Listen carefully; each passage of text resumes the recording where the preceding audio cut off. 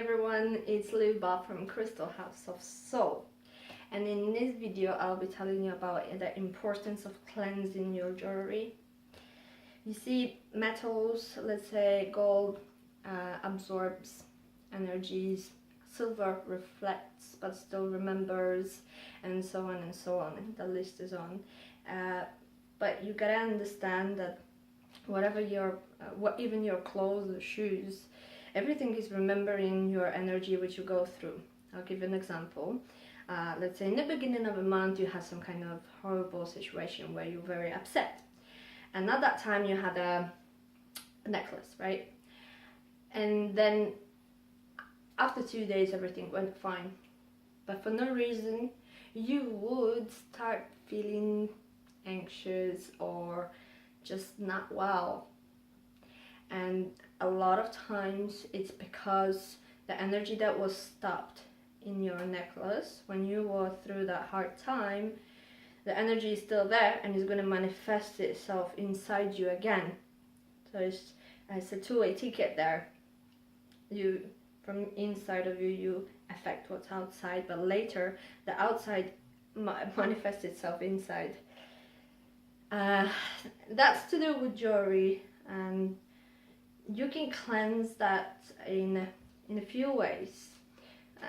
Main 5 ways, which are very simple and very effective, are using your spirit, which is your soul, and the energy of it, or either you can use the elements of fire, water, air, and earth.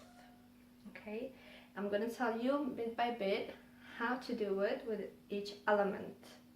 Let's say you want to use the spirit to cleanse it. What you do, well, first you need to know that, let's say I'm right-handed. Then how it goes, I intake energy with my right hand, but I let out with my left hand. So, and people which are left-handed, they have it other way around. So let's say I want to cleanse some jewelry. So what I take, I take the necklace on my left hand and I close my eyes and I use the light within me as a cleansing energy, and I give it a spell kind of. You do say what you want to use this energy for, and you say the intention. It's like, I want to cleanse this necklace from all energies have ever absorbed, and then you let your energy travel on your hand, and then you see how literally it comes out of your hand and burns the necklace and burns all the energies that are inside there. Okay, these ways, the ways that I'm going to tell you how to cleanse is working on every level of your being, and that's why it is so effective. By doing that, first of all, you're removing unconsciously any connections with this item. So you're disconnecting unconsciously. Consciously, you know that you're letting go of old stuff, right? The energy really does the thing we're talking about, so it's cleansing. And then physically, when you're going to wear it, you're going to feel it fresh. Now, if you want to use water to cleanse your jewelry, what you do, you put you use 1 glass. If you use anything for your rituals, make sure they stay just for the rituals. Don't use them again to make yourself a coffee or anything in it. You use a glass or some bowl. You put water in there and 2 spoons of salt. Well, you can put less or more, it's up to you. I like to. And then you put your left hand, the hand that you let your energy out with, you put it on top of the water, and then you see again how the light comes out into the water, and you give it an intention, so that the water and the salt inside, together with the sun and the moon, will cleanse all the energies within the items. And then you put the items inside the water and the salt, and put it on the window so that the sun can shine on it, and then at night the moon. Okay, so that's how you cleanse with water. With fire, well, you need a fireproof bowl. You can use some pure alcohol for it to burn more, right? And use alcohol, you burn it up, and you say a spell. Let the fire cleanse everything within these items, cleanse from every energy ever absorbed. And then you put the items inside, fire up, and you have in your left hand again, I mean the hand that you give energy with, you have a salt. And then you pour the salt on the fire. Okay? And then when the fire goes down, your jewelry is clean. You can use air. You have to be outside for that. You can go in between trees, or if you're somewhere in the nature, take both of your hands up towards the wind. Make sure the wind is there so you can feel it. And then you ask the wind to remove all the energies the items have ever absorbed. That's very simple. You can do that in a run, right? And then the earth one. That is very useful for large items, because if you have anything that you can't either do with water and salt or with fire, you don't want to burn your furniture, for example, or something, then you bury it for 1 month exact. In a full moon, you bury the kind of item in the ground, and then 1 month later, when the full moon is up, you dig it up and it's all cleansed. It's like reset, right? So that's how you cleanse your items. Now I'll tell you about clothing. Have you ever heard about the old witches kind of coming up to you and taking your threads out of your clothing or anything like that? If not, then I'm telling you right now, don't ever let anybody to come close to you and take your threads out from your clothes. You see, the evil witches would always do that. If they wanted to curse someone, they would come up to their clothes, take the threads, and do nasty stuff to the person. Our clothes are remembering our energy as well, so look after your clothes very well.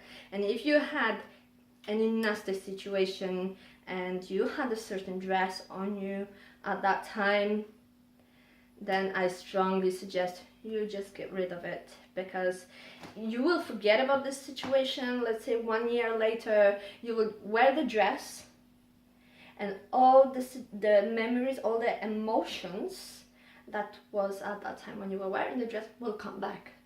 Excuse me. Everything will come back. First, it works with your unconscious mind, because your unconscious mind synchronizes items with situations, with feelings, with thoughts, with everything. And then you will have to either get rid of the stuff or consciously kind of remove the energies from the items, from clothes. But it's a tricky one. You would have to do your laundry in the river. You take that kind of dress or somewhere to the river, and then you, as the river flows, you hold the dress and you allow the river to cleanse the energies that this dress has ever absorbed. It's doable as well, but not everybody has access to rivers, right? Shoes. That is an interesting one. You see, walking in someone's shoes. Well, actually, that can happen literally. When you're having your shoes, you see, let's say sisters or friends, they have this tendency to give each other shoes. Let's say, oh, I don't like them anymore, whatever. Or you used to like them, okay, so have it, right? And what happens? The shoes you're wearing, it remembers the energy of your path.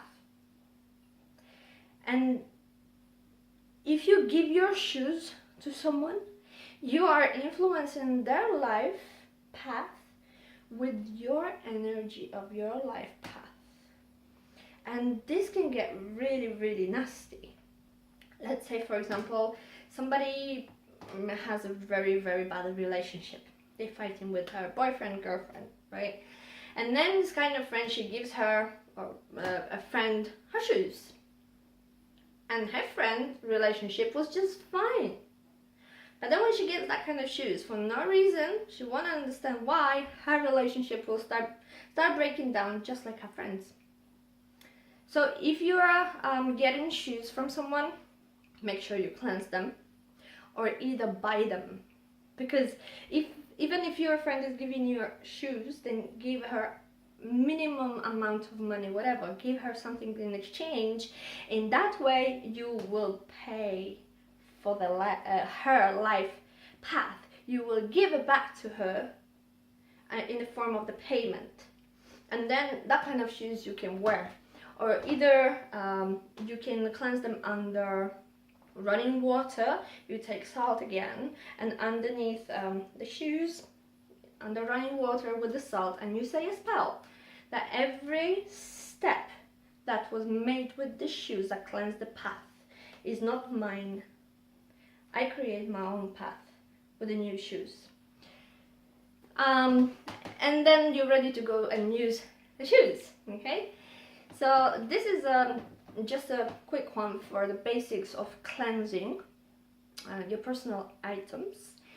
There are much more serious cases where, let's say, our old furniture, the antiques, they can be possessed by ghosts. You know why the antique furniture is so good for ghosts? Because it's natural wood. It's natural wood, and it's the energy of a natural wood. It's good enough as a body for the spirit, for the ghost. That's why, like, say, IKEA furniture won't get possessed, don't worry. The wood is not good enough, okay? But yeah, you can cleanse that or either protect your furniture. Well, you can get in touch with me and find out how to do that if you like. That's not a problem. So I said that's it for now with the cleansing of your items, and that's all you need to know for now. And later I will tell you how to make amulets. Okay, so see you next time, guys. Bye bye.